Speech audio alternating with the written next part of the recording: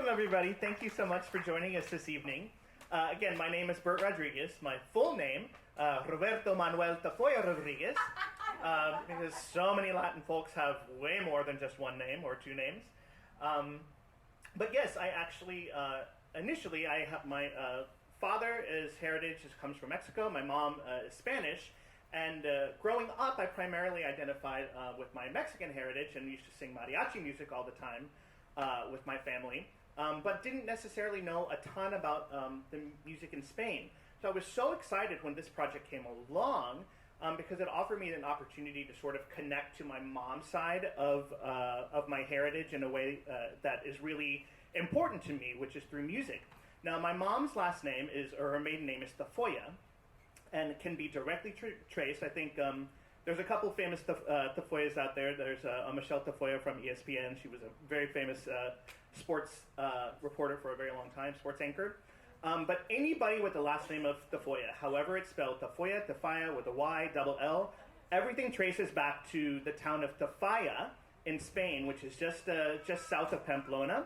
And I'm particularly proud of that because the town was known for harboring and safekeeping the Moors during the Spanish Inquisition. So they really, the folks of that town really felt strongly about doing something more for their fellow human being.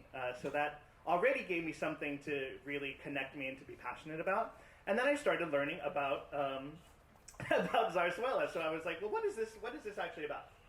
So before we get into this, how many of you out there have ever heard something from an opera? Great, I love that. And how many of you have ever heard something from a musical, from musical theater? Right, so they're very similar. So what, can someone tell me what's something that you is like characteristic, super like characteristic to an opera? Something that like is specific to that genre? Anything at all? Vibrato. Vibrato, absolutely, that's great. Anything else? Arias, absolutely, yes. Something else? Orchestra, drama, yes, this is great. All of these things. So opera traditionally takes us through the story, traditionally utilizes singers as the actors, and then it's usually sung through. So we've got recitative, which is like spoken to pitch, and then we have the arias, which is like the full songs, which are sort of usually more recognizable, more famous. Can someone name some famous popular operas out there? Yes, madam. Yes, La Bohème, like Puccini, the Magic Flute. Yeah. We can go on and on and on. Now, how about musical theater? How many of what do you think is characteristic of musical theater? Less vibrato. Yes, sometimes we utilize straight tone a lot more in that genre. What else? Singing the story. That actually is a perfect bridge to one of the main differences between musical theater and opera. Is in musical theater we have spoken scenes that go in between a lot of the music. It utilizes dance in a different way than in opera. Often in an opera we have a separate dance chorus that comes in to provide that part of the show.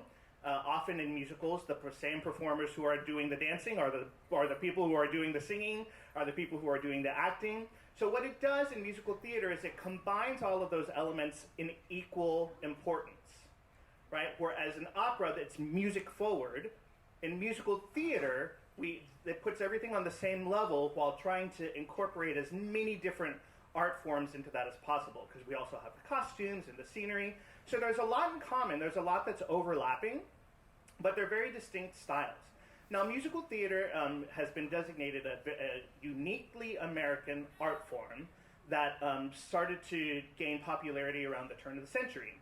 Now, here's where I'd like to talk a little bit about Zarzuela and sort of make the connection. Why is he asking us all these things about these other art forms?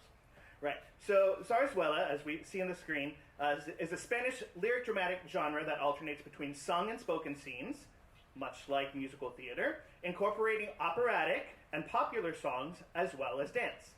So it has elements of musical theater. Now, what I think is really interesting about Zarzuela is that the earliest forms of it actually were around in the year 1630. which is way, way, way, way, way before musical theater ever made its first appearance. Even if you take into consideration the works of Gilbert and Sullivan and all of those things, musical theater really didn't start to like gain its popularity until like 1910, like around that era. So Zarzuela was already doing things that we have come to know and normalize in musical theater long, long before that. So Zarzuela can actually be divided into two time periods. So you've got Baroque Zarzuela, which is from 1630 to 1750. And then there was about literally an entire 100-year gap where no new Zarzuelas were written. And then we have the resurgence in the Romantic era. So we've got Zarzuela Romantica, which is from 1850 to 1950. And then it stops, like literally stops. No new Zarzuelas have been, or major Zarzuelas have been written since 1950. They were very epic, they were grand in scope and spectacle, and so they were very, very, very expensive to put on. Think of like the most opulent musical theater or opulent operatic piece you can think of, and then multiply that by 10, and that was what a Zarzuela was. So it was a huge, huge deal. We can further break these down into two categories, género grande and género chico, which literally means, so the género grande is free act. So we've got a full show. These were 3-hour, 4-hour long events sometimes. And then, which eventually gained popularity, the género chico, which is just a little one act. You got everything come to they often utilized more popular music of the time as well. And eventually grew to become sort of the standard because it was more accessible. It was easier to produce, and it was easier to buy a ticket to, so more people could access it. So that's sort of the intro to Zarzuela. So the pieces that we're going to be presenting for you tonight all come from the Romantic period, and I'm actually going to take a little backward step in time. So we're going to start with one that was written in the 1920s, and sort of work our way backwards to the very beginning of the Romantic period. Can everybody hear me all right, by the way? That's wonderful. I love that story. Cool.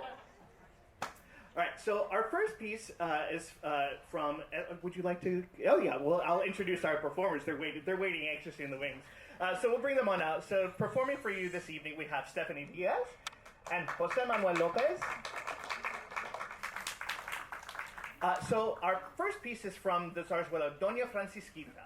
Now this one was first performed in 1923, composed by Amadeo Vives and libretto by Federico Romero and Guillermo Fernandez Shaw. This piece is the CORO de Románticos. So this is literally a sort of, think of it as a sort of flirtatious first date, sort of back and forth dialogue that's going on, a sort of, I like you, but I'm not going to say it. But I'm going to tell you a little bit, and then I'm going to turn away. So it's got a little bit of that. It's a very, very beautiful melody. And so without further ado, I'd like to present the CORO de Románticos from DOñA Francisquita.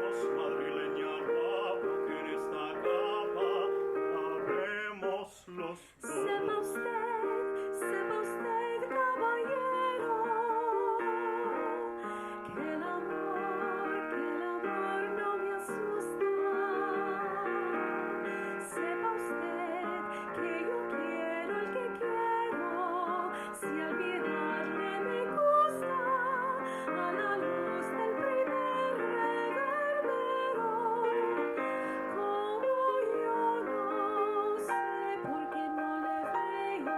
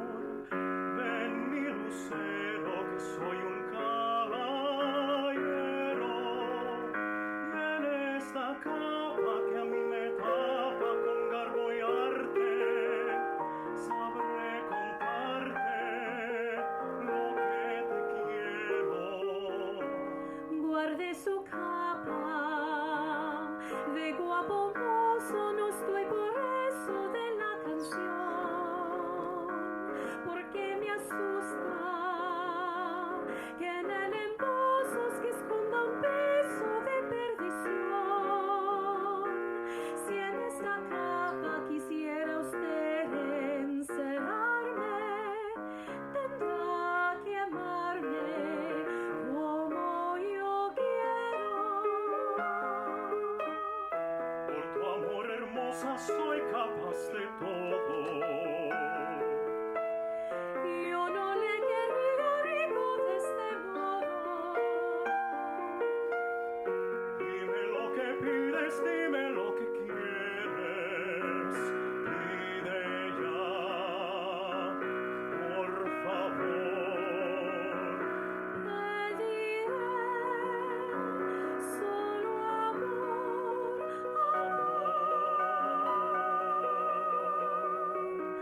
Ay, qué hermosa noche.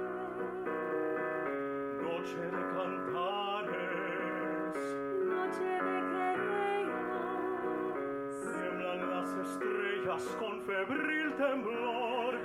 noche misteriosa, madre del amor. Vamos ya, caballero pa'lante, a correr amorosa aventura. Me venció tu galán hermosura. Caballero pa'lante,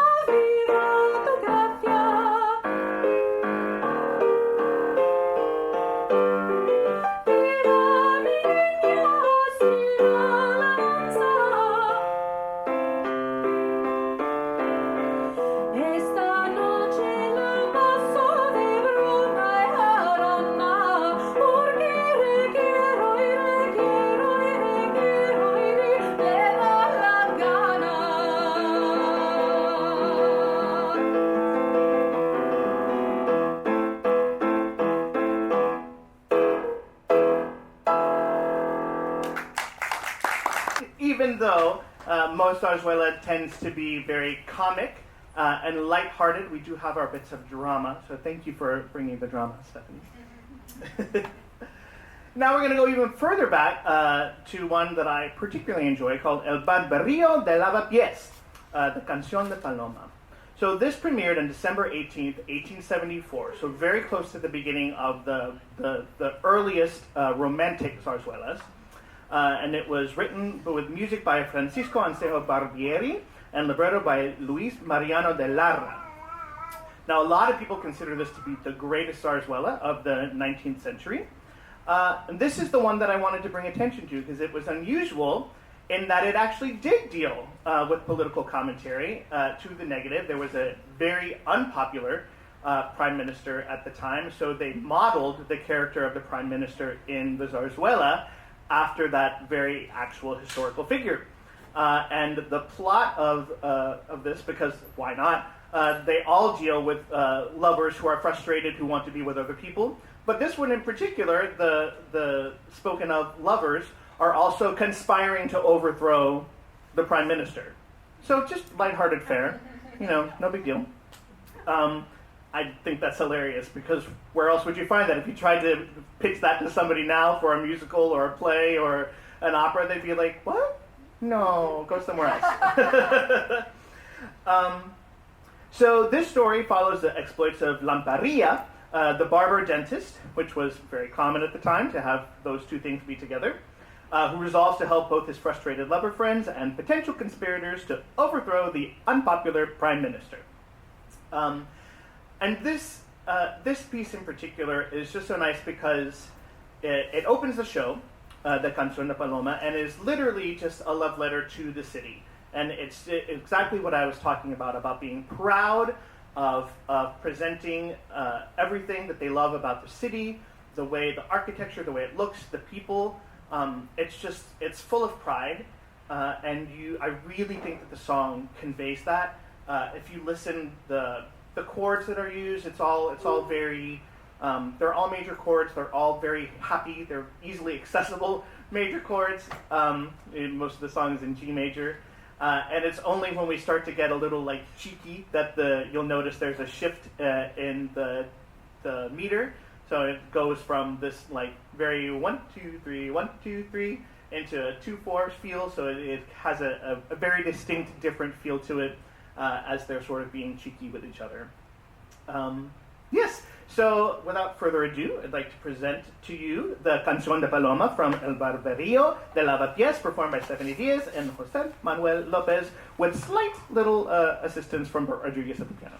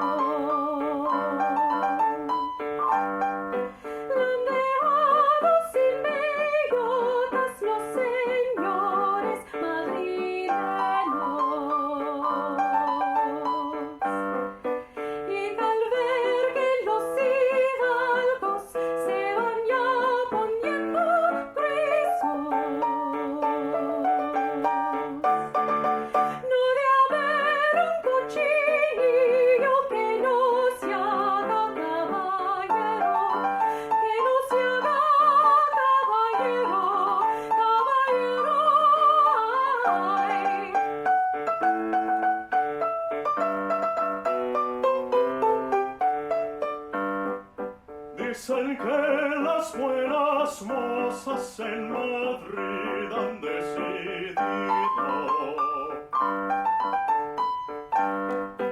en gastar en vez de lengua una espada de 2 filos. Y si hay guerra en este invierno, los balones y los suizos llevarán en vez de espada guardapiés y rebocillos, guardapiés y rebocillo, ay. Si es la lengua espada en las madrileñas, en los estudiantes, ¿qué será la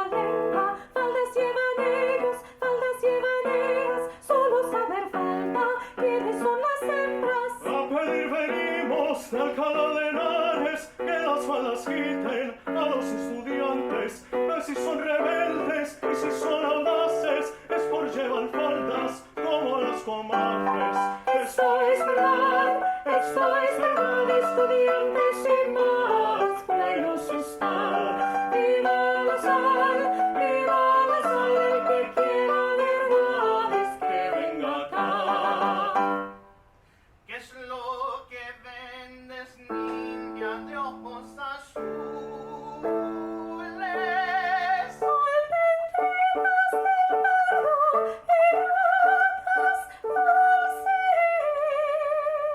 Mucho cuidado,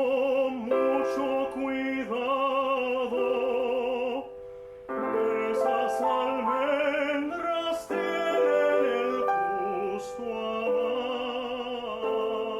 amargo. Eso es verdad, estudiantes y más plenos están. Viva la sal, el que quiera verdades que venga acá. Tonight. Anybody have anything? Yes.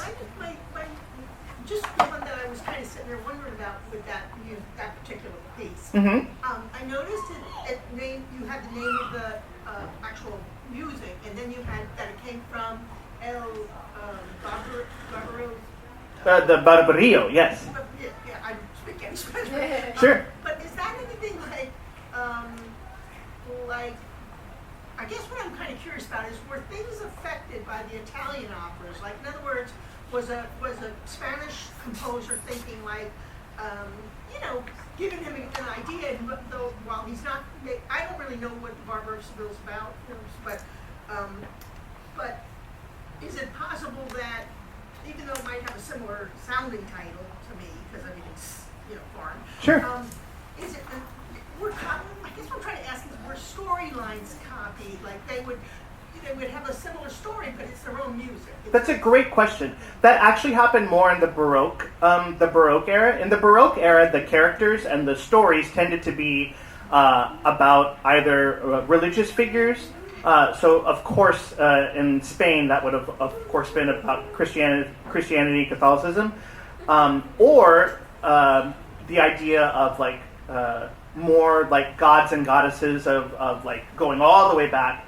And sort of taking from the stories of the great playwrights from that time, like Euripides, like all of the old Greek authors.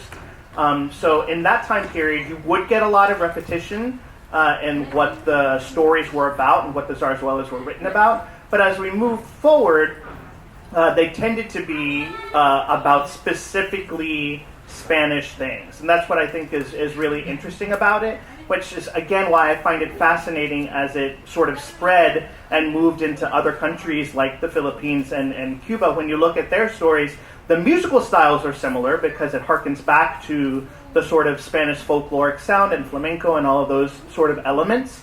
But the story plots are very specific to the countries themselves. So I think that's really fascinating. But that's a great question. And often in the Romantic period, particularly some of them, the second one, the La Verbena, that one, for example, that composer was very well known for their patter songs. And another sort of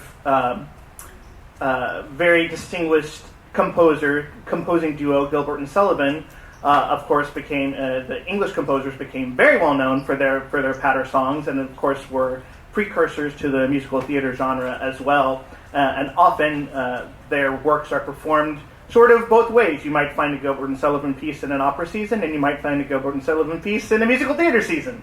So they all were borrowing from each other a little bit, like here and there. But it's particularly more as we got further on in years. Yes? Were there unique instruments in the orchestration? Absolutely. Another great question. So for this, I'm actually going to sort of harken back to my mariachi days. So have you ever been to Epcot and seen Mariachi Cobre there? They're fantastic, right? So those instruments that you see featured in sort of a mariachi band, like The reason that we have that is it comes from the sort of orchestral arrangements from these Spanish opera, operetta, zarzuela combinations. And the mariachis, of course, took that so that they could wander and sing and play in the square in a way that was different from going to an actual theater. So the mariachi sort of brought it to the people where they were without having to pay for a ticket necessarily. But those same instruments are very prominently, strongly featured in a lot of the zarzuela music. What are those instruments, you might ask, Bert?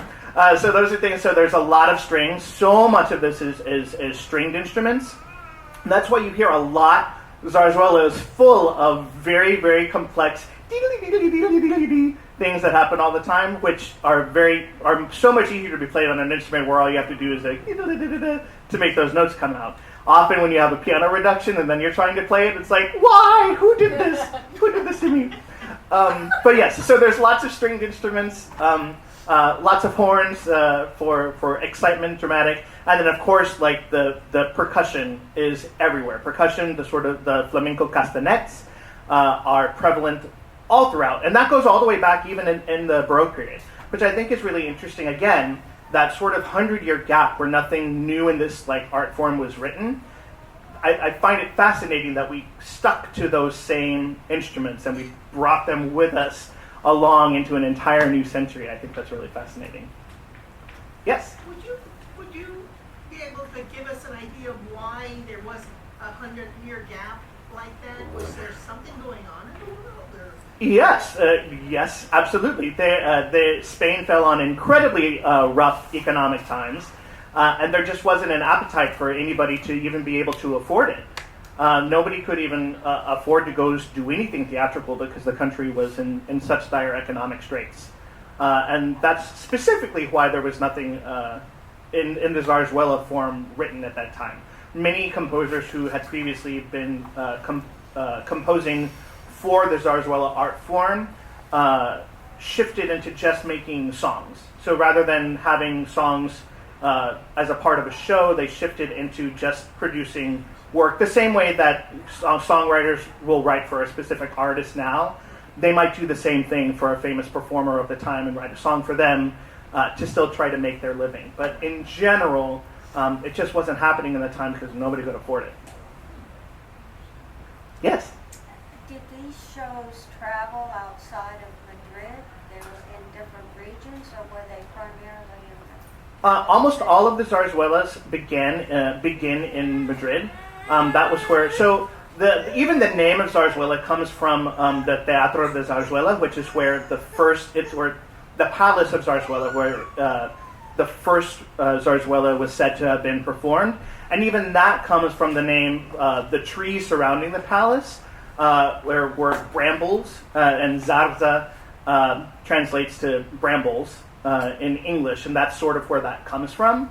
But if sort of how in the United States, how like if you want your musical to be known everywhere, it has to start in New York, and then it sort of makes its way out. That was what it was like for zarzuela. If you wanted your zarzuela to be popular and to be well known, you tailored it, you made it, you premiered it in Madrid, and then it gradually went out to the rest of the country. But there were theater specific, much the same way we had like vaudeville houses all across the U.S. before we sort of now shifted. We've got these great performing arts centers. But it was sort of the same way. A lot of times a town would spring up around a theater. We'd have, because the arts, again, it's so often that we minimize the importance of arts in the community. But entire towns were created just because of the theater, just because people didn't want to have to go all the way to Madrid to see this. And so somebody would say, well, let's build a theater. And then the theater ended up building a town. Yes? So I have two questions now. One, so where is Zarzuela. Zarzuela. Were they also, in a sense, like you were mentioning about vaudeville, but then, and I don't know when this started in America, but we're not really off Broadway, but Broadway shows started, big productions started moving around, our cities. Yeah. As opposed to, I guess now they do just go to the performing arts centers. Mm-hmm. But it seems to me before those were around, we had they would show up in smaller venues. Yeah. They would, kind of stuff it in a smaller venue, I guess. Sure. I didn't get to go to many of them, but so did they have that similar kind of thing with, or was it too big a production? Because you mentioned there was 3-act productions. and Right. 1 act. No, it's like you're writing my presentation for me. This is so I great. did take notes because I want to. No, I love that. Thank you. I would be you if I were at this presentation, fully with my phone writing notes. Yes, exactly. So the whole reason that Género Chico came about, like I said, was because these huge presentations were very difficult. You couldn't travel them. They couldn't go anywhere else. Or, I mean, they could, but it was very specific because they were so large and opulent. So Género Chico, those were more, prone isn't the word I want to use, but it was far more likely to see a traveling group of performers with a Género Chico who could just roll up, sort of like you see in the old movies and the big wagons, and then like they just create their stage there. That actually was very common for Género Chicos. And as we sort of shifted into the 1900s and we start to get to the end of sort of the romantic period of Zarzuela, then they became actual like traveling companies that would take that would specifically originate at the Theater de Zarzuela in Madrid and would take the shows out. On the road. Yes. As opposed to just having mini productions. But that second one, like I said, the one that had 3 premieres in the same night, another, I think, interesting fact is that all 3 of them were different. So it was the same story, and it had mostly the same music, but each of them would have like a different like popular song inserted in there in a different place. Or they would have a completely different dance in the middle of it based on who the performing group was and who they had hired to do that. And it was all still considered the same show because you still had the same story arc, same characters, and most of the same information in between. But they enjoyed rather the flexibility of sort of being able to like pick and choose what best worked for them. That's kind of cool because then you could go to all 3 shows and still enjoy the hell out of it. And see something entirely different, yeah. And be like, oh, that was so neat how they did that. So my other question was, you mentioned that there was En CHICLANA me CRIÉ. The first was adapted for cinema in 1921, 1935, and 1963. And then you did say something about YouTube, and what I was kind of curious about was not because YouTube's not that old, but would any of those, since they were adapted for cinema, like I will go and watch. I watched something called Stella Mars or something like that. It took me forever to find it, but it was supposed to be like a phenomenal. In that case, no speaking, whatever, silent movie. And I just was, I finally found it, and I think I had to rent it actually. But so are any of these available in the sense of being able to find them somewhere on some archive site? Or? Absolutely. So what I think is really great is that seeing as how no major new Zarzuela works were created after 1950, but they've sort of recently come into, I won't say prominence, but it's been noted that this is a thing that could easily go away, in that no one is creating it anew. So organizations have taken to specifically putting on these shows, and then preserving them, and then recording them, releasing albums so that you can find them. So that's the long way of saying yes. Everything that was performed tonight, you could go on YouTube and actually find a full presentation of. Often by the BBC, the National Theater of Mexico has done a couple as well. I know that in our research for finding these, we referenced the heck out of YouTube to be able to figure out what was going on and the best way to present them. So yes, you could find all of these on YouTube if you wanted. All right, great, thanks. Yes? You have an encyclopedic knowledge of some things that most of us know nothing about. Where did you gain all of this knowledge with your research? Good old interwebs. Yeah, so I would, honestly, I started with the information that was available just on Wikipedia, and then from there I went to see what they sourced. And then I had looked up those books and articles online and sort of read about that. I asked my parents, I asked my mom if she knew anything. Her family is super musical. She is not, notably, musical at all. But I asked her if she'd ever heard any of this, and she said that her mom actually used to have a record of the Doña Francisquita, the first one that we performed. She had a actual vinyl record of that, which I think is really cool. So. Yes? Do you think there's much interest in the current highly popular genre, like Jennifer Lopez putting together, collaborating on bringing back something like Zarzuela? I think anything like that is possible, and I think that's, the really amazing thing about art is that it adapts to its time period. So I feel like all it would take is for, like you said, a celebrity or a group of celebrities or a group of well-funded arts enthusiasts to bring this back. And again, the nature of it, the idea that particularly the idea of taking sort of like popular music of the time and sort of combining that with new original things is really in keeping with a lot of popular theater presentations of today. So I don't think it's out of the question. It's just a matter of showing it to them. So if you'd all like me to give you Jennifer Lopez's address, I can't do that. But you're welcome to try to find that on YouTube as well. Well, let's give Bert a hand. Thank you.